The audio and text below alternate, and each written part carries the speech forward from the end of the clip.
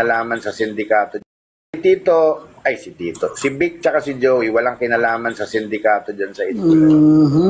Vic tsaka si Joey, nagtatrabaho lang yan. Pero malamang galit na sa akin ngayon si Vic dahil kapatid niya. Wala akong magagawa. Inaapi ako ng Itbulaga. Saka yung sinasabi nila na wala akong utang na loob. Unang-una, sa politika, gusto yung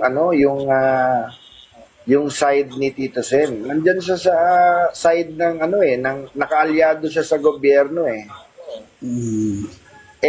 Doon pa lang hiwalay na kami. Ano bang ibig sabihin nito? Dahil 6 years ago membro ako ng Itbulaga.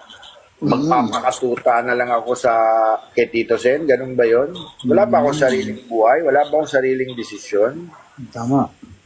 Nagagalit sa akin si Tito Sen dahil kumakampi ako kay BP Sara. Ano to, habang buhay, perket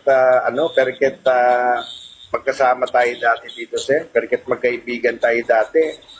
Hindi na pwede akong maniwala kay BP Sara at siya ang pinaniniwalaan ko na susunod na magiging presidente ng Pilipinas dahil wala akong bilis sa presidente mo. Tuta mo Tito Sen habang buhay? Teka muna. Kung ako'y tuta ako ng taong bayan. Tuta ako ng mga taong may hirap na ninakawan nitong gobyernong to. Yan. Tuta ako ng taong bayan. Tuta ako ng mga ninakawan. Aminin ko, tuta ako. Pero kung nagagalit ka dahil bakit hindi ako tuta mo, Tito Sen, talagang hindi ako sasama sa inyo sa gobyernong yan dahil ang daming nakawan dito sa gobyernong to.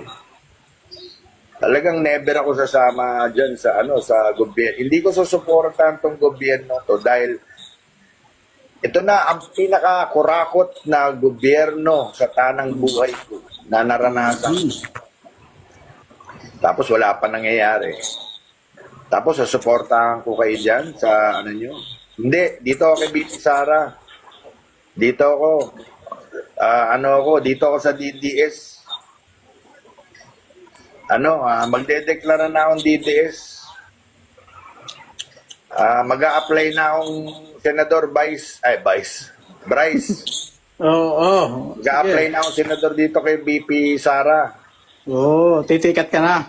Titikat na ako para kung manalo ako pagdating ko sa Senado, sige, doon kami debate ni Tito Sen.